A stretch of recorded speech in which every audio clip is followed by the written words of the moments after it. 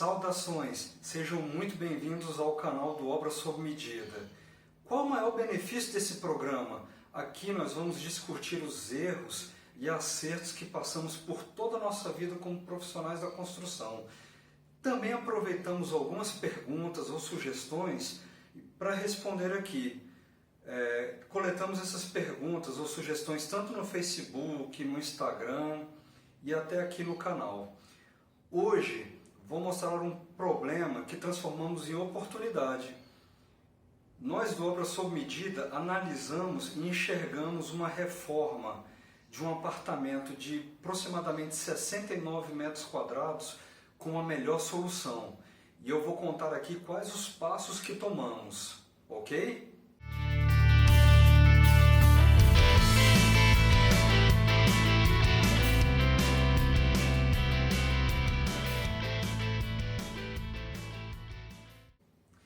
Eu sou o Caio Moreira, meus amigos. O tema de hoje é passos para a decisão de reformar um apartamento de 2 quartos. Tá bom, por que devo fazer? Vai tomar muito tempo? Como ganhar dinheiro com isso? Quanto devo gastar? Qual o melhor momento para a reforma? O que o Obra Sob Medida te ajudou nesse caso? Os passos para a decisão de reformar o apartamento de 2 quartos posso dividir em 2 partes. Primeiro, a história. Desde 2019, quando pegamos um apartamento como entrada para um imóvel que construímos, esse apartamento está disponível para venda. E apesar da procura, porque é uma região muito boa, tem muitas facilidades em volta, é perto de grandes avenidas, ou seja, muito bem localizada em Goiânia, mas a resposta era sempre a mesma. Olha, o apartamento é muito velho, o apartamento precisa de uma reforma, vai me tomar muito tempo.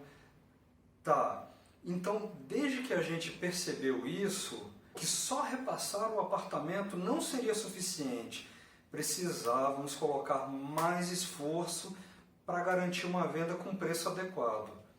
Afinal, mesmo com valor abaixo do mercado para aquela região, com unidades com as mesmas características, o apartamento não foi vendido. Então tá bom. Se a gente reformar então, por quanto conseguiremos vender? Em uma reunião com os nossos parceiros de imobiliária, que é a Vivar, na qual a gente divide o escritório, a gente percebeu que o potencial era muito melhor do que o esperado. Eles, inclusive, é que cuidam das vendas das nossas unidades. Para que todos possam entender, preciso explicar que existem algumas causas que praticamente obrigam a reforma. Isso pode ser para casas, para apartamentos, para até pontos comerciais. Esses fatores são comuns a quase todos, mas eu vou me aprofundar só no assunto de apartamento, ok? Vamos lá, eu vou categorizar essa reforma em 4 grandes grupos. A primeira, que é a adequação. A segunda, revitalização. Nós temos também a correção e, por último, a maquiagem. No caso de adequação, temos 2 subgrupos. Uma por necessidade e a outra por modernização ou estética. Quando a necessidade do imóvel é para o atual usuário, podem ser incluídas alterações como instalação de elevador ou aumento da largura dos portais para cadeirantes, correção de desníveis, criação de infraestrutura para suporte à vida. Então, esse aí é muito especial. Ele é geralmente quando é necessário criar uma infraestrutura para uma pessoa que, em vez de ficar no hospital, vai ficar em casa. Tá. Cito aqui também as necessidades relacionadas às circunstâncias que a região impõe, como energia solar, infra de alarme, monitoramento, gerador de energia e até janela para barrar o barulho. Bem entendido? Por questão de estética ou modernização, existe uma retirada ou acréscimo de alguma parede. E aí que vai influenciar a alteração do layout, com redução ou ampliação de algumas áreas, acréscimo do ponto de tomadas, de luminárias, inclusão de ponto de água quando necessário, alteração desse ponto de água, respeitando obviamente a localização da prumada, pinturas, substituição de portas. No caso da revitalização, quando já se encontra em péssimo estado, ou geralmente por mau uso ou até pela falta de uso, tá? Geralmente tem telhas quebradas, vazamentos, infiltrações, está sem portas, sem janelas, sem fios, luminárias, interruptores, tomadas, na maioria dos casos, fruto de roubo. Tá, e quando chega nesse estado que precisa revitalizar, consequentemente, você precisa de um outro estágio, que é a correção. A correção é consequente da falha de execução, seja por uso de material errado ou técnica errada, ou falha no projeto que não contém as particularidades da região. E, claro, a mudança no comportamento, afinal, um prédio feito há 30 anos atrás, de lá para cá houve muita mudança de comportamento. E, obviamente, por último, não menos importante, a falta de uso ou mau uso. E a maquiagem. Essas maquiagens são apenas retoques superficiais, como pinturas, pequenas substituições. Geralmente, para um apartamento de 70 metros quadrados, leva aí no máximo uma semana ou duas. Mas, cuidado!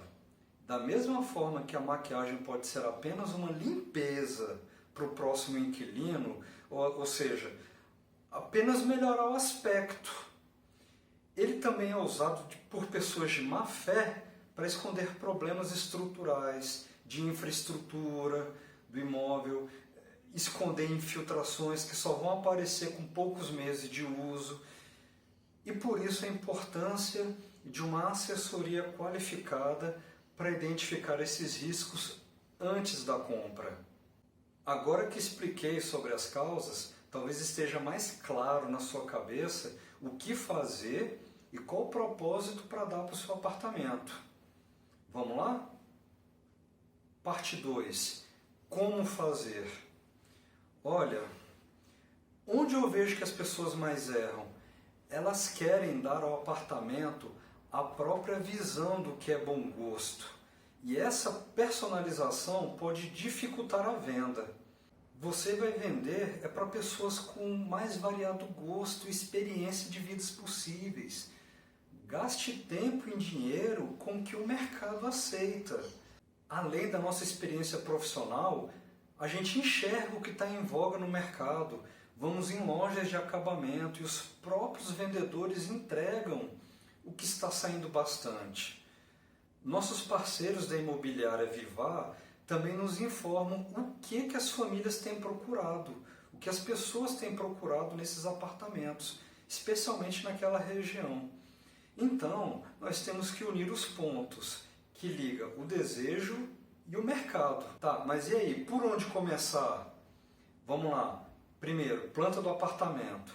Levante todas as medidas de todos os ambientes. Identifique onde estão os pilares, tomadas, interruptores, luminárias, se tem forro rebaixado ou se é gesso liso sobre a laje. Veja se tem reclamação no apartamento de baixo sobre infiltração, que pode ser da sacada ou vindo de algum dos banheiros, da cozinha, do seu apartamento. Você também tem que olhar outras condições mínimas, o de instalações elétricas, o de instalações hidrossanitárias, verificar vazamentos, verificar infiltrações, testar se o piso ou o revestimento está oco, ou seja, quando você bater, sentir um som oco ou sentir um som sólido. Som sólido vai significar que as peças estão bem adesivadas. Som oco vai indicar que as peças estão com falhas no assentamento. Isso é bastante comum. Você não precisa saber de tudo isso, mas se levar uma pessoa da sua confiança para te ajudar a observar esses detalhes, vai ser muito bom, você vai ganhar. Certifique-se que as ligações de água e luz estejam ligadas. Elas podem até estar cortadas ou com registro fechado, mas teste, se você tiver a possibilidade, teste para ver se está tudo funcionando bem. Outro indício é se tiver mau cheiro no apartamento. Ele pode voltar pelo ralo sifonado, ele pode estar sem água. E sem água é um forte indício que ele já está um tempo desocupado. Ou seja, esse apartamento já está um tempo sem uso. Esse é o check-up da saúde do seu imóvel. Peça ao síndico a planta do pavimento tipo. Geralmente ele consta no manual do usuário. Ela mostra onde estão os pilares e, se você for pessoalmente, você vai ver que os pilares formam dentes na parede. São aqueles pequenos ressaltos. Avise com antecedência o síndico sobre a mobilização de equipamentos e pessoas. Se possível, deixe na portaria a lista com o nome dessas pessoas, para que haja uma autorização prévia para a entrada e saída delas. E também avise em tempo hábil para o síndico avisar os vizinhos sobre o barulho e qualquer outro desconforto que a sua reforma pode causar. E além do mais, precisa de proteção no elevador de serviço, ok? Da mesma forma, depende de condomínio para condomínio, eles estipulam um horário para o uso desse elevador de serviço. Em outra ponta, o síndico tem que informar onde pode ser colocada a caçamba de entulho, além de exigir outras formalidades que têm que ser documentadas. E o nosso sócio Renato Barbosa, que também é advogado, vai explicar muito bem sobre essas formalidades em outro vídeo. Parte prática agora. Você acha que vai trocar o piso só colocando outro por cima? Não. Em prédios mais antigos, isso sobrecarrega a laje. Você vai pôr um piso em cima de outro piso, significa que você vai ter duas camadas de revestimento em cima daquela laje. Essa laje que há 30 anos atrás foi projetada para suportar apenas uma camada. Ou seja, essa sobrecarga pode ser muito perigosa. Consulte o manual do proprietário, consulte o manual do condomínio, fale com o síndico. Vamos lá, como melhorar? Primeiro, ações corretivas. Se tem que corrigir, aproveita. A falta de correção diminui a vida útil, não só do seu imóvel, mas também do seu tempo e dinheiro. Voltar para refazer algum serviço é prejuízo bobo. Quando que é melhor fazer? Quando você tiver pelo menos 70% do capital para reforma. Mão de obra, materiais. Mas vamos lá, por que 70%? Já vou falar. Vamos lá, por que fazer essa reforma? Adequar essa unidade à procura do mercado. Você pode ter diferentes perfis. Por exemplo, você pode ser um cara que quer reformar para vender. Você pode ser um investidor que pensa em manter o imóvel para locação ou para venda. Mas vamos lá, independente de qual perfil você tenha, você procura qualidade com preço justo. Se você quer gastar certo para morar, ótimo. Se você quer ganhar dinheiro com aluguel ou venda, que é o meu caso, eu quero ganhar com a venda, melhor ainda. Mas vamos lá, vai gastar muito tempo? No começo você precisa dedicar mais tempo. À medida que o serviço vai andando, você gerencia essas atividades. E não importa qual que seja ela, seja serviço ou entregas de materiais. Mas gasta um tempinho sim, no começo. Hoje, nesse momento, como a reforma já está em andamento, já deu start, eu dedico 5 a 7 horas da minha semana exclusivamente com isso. Conto deslocamentos, visitas, telefonemas, dá por aí mesmo.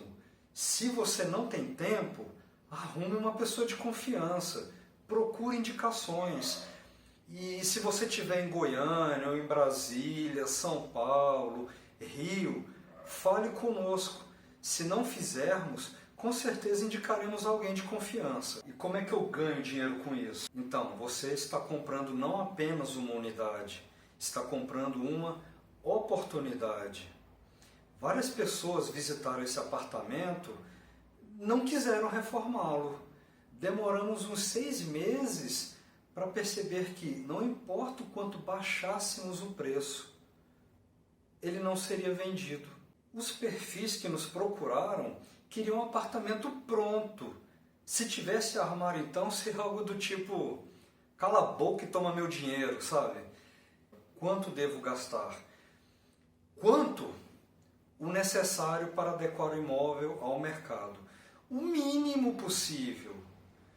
Cada apartamento tem suas particularidades. Cada condomínio também tem suas particularidades, que às vezes dificultam ou simplificam. Para deixar de maneira mais simples e facilitar as contas para o seu caso, eu vou colocar em termos percentuais. Tínhamos um preço inicial de venda e, por mais que baixássemos, não vendeu. Fizemos todo o levantamento e contratamos uma mão de obra decente, eu digo, pagando o preço justo pelo acabamento.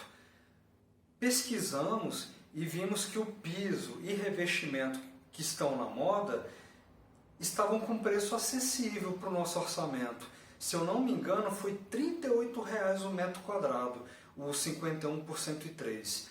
É de ótima qualidade. E, bom, poderíamos ter escolhido um 60 por 60. A gente economizaria um pouco mais na obra. Mas aproveitamos este porque dá um diferencial e tanto na hora da venda. A gente melhora a liquidez da venda, a gente consegue vender mais rápido. E esse era o nosso propósito, era vender bem e vender rápido. Daí, conversando com os nossos parceiros de imobiliária, vimos que seria factível atingir um preço final de venda X, que era 41% maior do que o preço de venda inicial.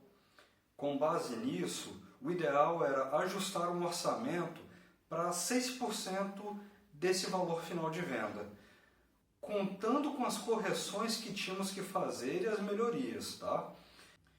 Listando demolição de paredes, retirada de piso e revestimentos, a colocação de piso e revestimento novo nas áreas molhadas e áreas secas, a colocação de um janelão de vidro na sacada, no mesmo padrão que é usado no condomínio, a instalação de tomadas e interruptores novos, luminárias novas.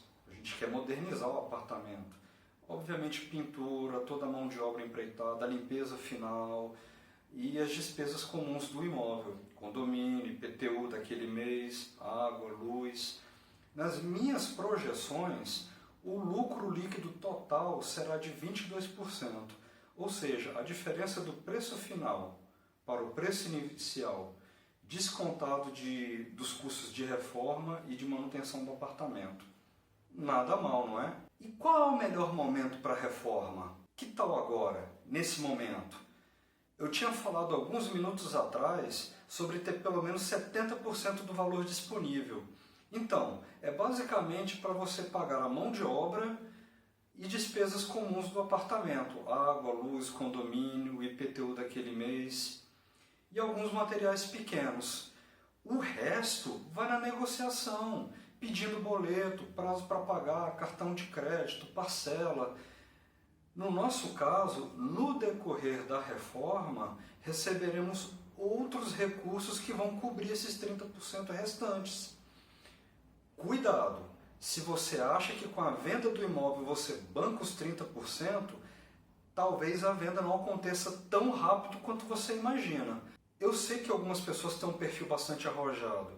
Eu até encorajo essas pessoas, mas eu digo, cuidado! Tenha para onde correr caso esse apartamento não venda tão rápido quanto você imagina que vá, ok? A gente está vivendo um momento muito especial esse início de 2020. A oferta de crédito para casa própria tem aumentado e as taxas têm diminuído. O mercado da construção não só dá sinais de recuperação, ele dá tapa na sua cara. Como o Obra Sob Medida me ajudou nesse caso? Me ajudou a organizar as ideias, a identificar os riscos, a mapear as atividades principais, aquilo que é relevante para a venda, e a fazer a operação de trás para frente. Eu comecei pelo fim, vi o quanto podia gastar e ajustei todas as tarefas lá atrás para caber naquele orçamento. Se fosse o contrário, seria por erro e tentativa. Pior, eu não teria informação preciosa dos nossos parceiros do que as pessoas estão comprando em lojas de acabamento e o que as pessoas estão procurando em apartamentos naquela região. Conseguimos dessa forma fazer um entrelaçamento de custo, qualidade e prazo.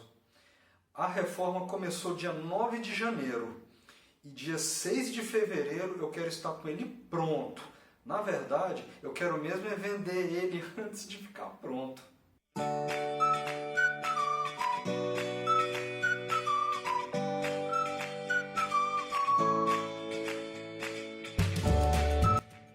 E eu vou te dar uma dica. Se esse for seu primeiro imóvel, peça desconto no cartório nas taxas.